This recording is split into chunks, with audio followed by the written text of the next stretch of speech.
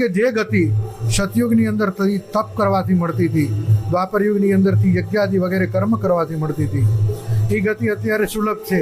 માત્ર ને માત્ર ભગવાન નામ લેવાથી એ ગતિની પ્રાપ્તિ થાય છે, ભગવાનની પ્રાપ્તિ થાય છે.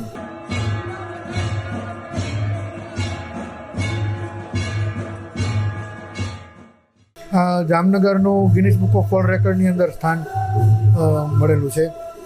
બાકી ખૂબ શ્રદ્ધાળુ આવે છે અને યત્ર યત્ર રઘુનાથ કીર્તનમ તત્ર તત્ર કૃતમસ્તકાંજલિ, જ્યાં પણ રામનું કીર્તન થાય ત્યાં હનુમાનજી મહારાજ કોઈ ને કોઈના રૂપમાં અવશ્ય રામની કથામાં, રામના કીર્તનમાં હોય છે.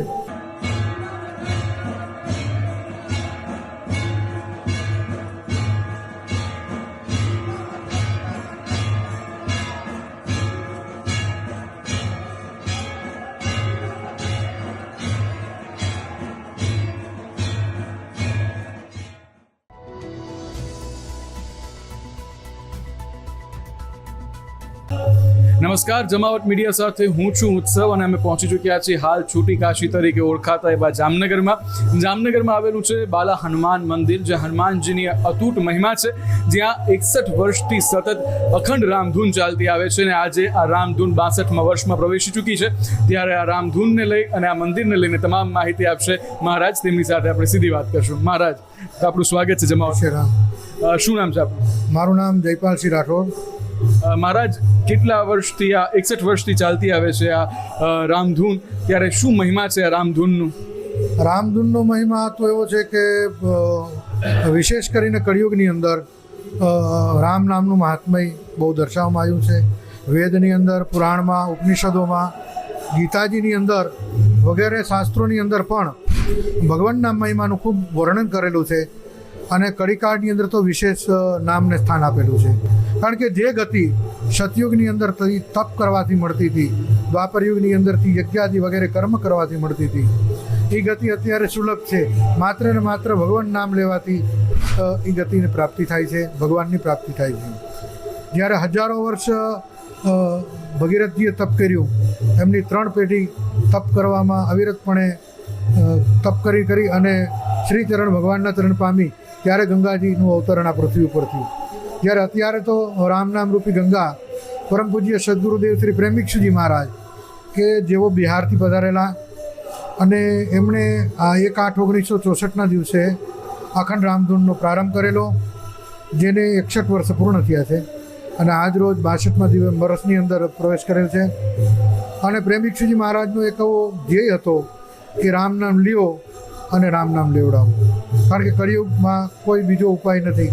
હરે નામ હરે નામ હરે નામ હિ કેવલમ કલો નાસ્તિ રેવ ગતિરન્યતા. કળિયુગની અંદર માત્ર ને માત્ર ભગવાન નામથી ભવપાર થઈ શકાય છે. બીજું એવું કે હનુમાનજી મહારાજ અહીં બાલ સ્વરૂપમાં બિરાજમાન છે અને યત્ર યત્ર રઘુનાથ કીર્તનમ તત્ર તત્ર કૃતમસ્તકાંજલિ, જ્યાં પણ રામનું કીર્તન થાય ત્યાં હનુમાનજી મહારાજ કોઈ ને કોઈના રૂપમાં અવશ્ય રામની કથામાં, રામના કીર્તનમાં હોય છે. તો આવું મહાત્મ્ય અહીંનું છે. અને પરમ પૂજ્ય સદગુરુદેવની નામનિષ્ઠા એવી જબરદસ્ત કે એમણે દ્વારકા, પોરબંદર, જુનાગઢ, મહુવા, રાજકોટ વગેરે સિટી બધા શહેરની અંદર પણ અખંડ રામધૂન ચાલુ છે.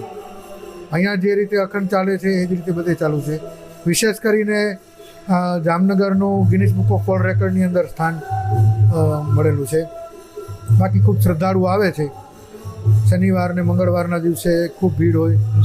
રામનવમી, હનુમાન જયંતિ, શિવરાત્રિ, જન્માષ્ટમી જેવા ઉત્સવો પણ આપણા મંદિરમાં ઉજવવામાં આવે છે. મહારાજ, જે રીતના 62 વર્ષથી એટલે કે 61 વર્ષથી આ રામધૂન ચાલી આવી રહી છે અને 62 વર્ષમાં પ્રવેશ કર્યો છે, ઘણી બધી અડચણ આવી, કુદરતી આફતો આવી, કહેવાય છે કે સતત રામધૂન જે છે તે ચાલુ રહી છે. હાજી, સતત રામધૂન કોઈ દિવસ બંધ નથી થઈ. ભગવાનની પ્રેમિક્ષુજી મહારાજની નામનિષ્ઠા, ભગવાન રામનામ મહારાજની અત્યંત કૃપાથી આ રામધૂન કોઈ દિવસ બંધ નથી થઈ, અવિરતપણે ચાલુ રહી છે. હાજી, કયા હા, કોરોના કાળ ગયો હમણાં જ તાજેતરમાં, પહેલાં ભૂકંપ આવી ગયો, વાવાઝોડા આવી ગયા. કોઈ પણ પરિસ્થિતિની અંદર જ્યારે લડાઈ થઈ હતી એ ટાઈમની અંદર પણ કોઈ દિવસ ધૂન બંધ નથી થઈ. કોઈ પણ સંજોગોની અંદર રામ નામ છે અવિરતપણે ચાલુ રહ્યું છે. ભક્તો આવે છે, બદલતા રહીએ છે અને રામ નામ લેતા રહીએ છે. ભગવાને ગીતાજીમાં કીધું યજ્ઞાનામ જપ યજ્ઞોસ્મી, યજ્ઞની અંદર જપ યજ્ઞ હું છું, તો સાક્ષાત ભગવાનનું સ્વરૂપ છે. પ્રેમ ભિક્ષુજી મહારાજે જે અખંડ રામ નામનો મહાયજ્ઞ ચાલુ કરેલો, એની અંદર ભક્તો આવી અને પોતાની ભાવરૂપી આહુતિ આપે છે. અને હજી મારી એવી પ્રાર્થના છે કે જે કોઈ આ વિડીયોના માધ્યમથી સાંભળે છે કે આવો અને આપ પણ રામ નામમાં સહભાગી બનો અને રામ નામ મહામંત્રની આહુતિ રામ નામ મહારાજની રટણ કરી અને ભગવાનની અંદર પ્રીતિ વધારીને ભગવાનના ચરણોને પ્રાપ્ત કરો. જમાવટ સાથે જોડાવા બદલ ખૂબ ખૂબ આભાર. નમસ્કાર.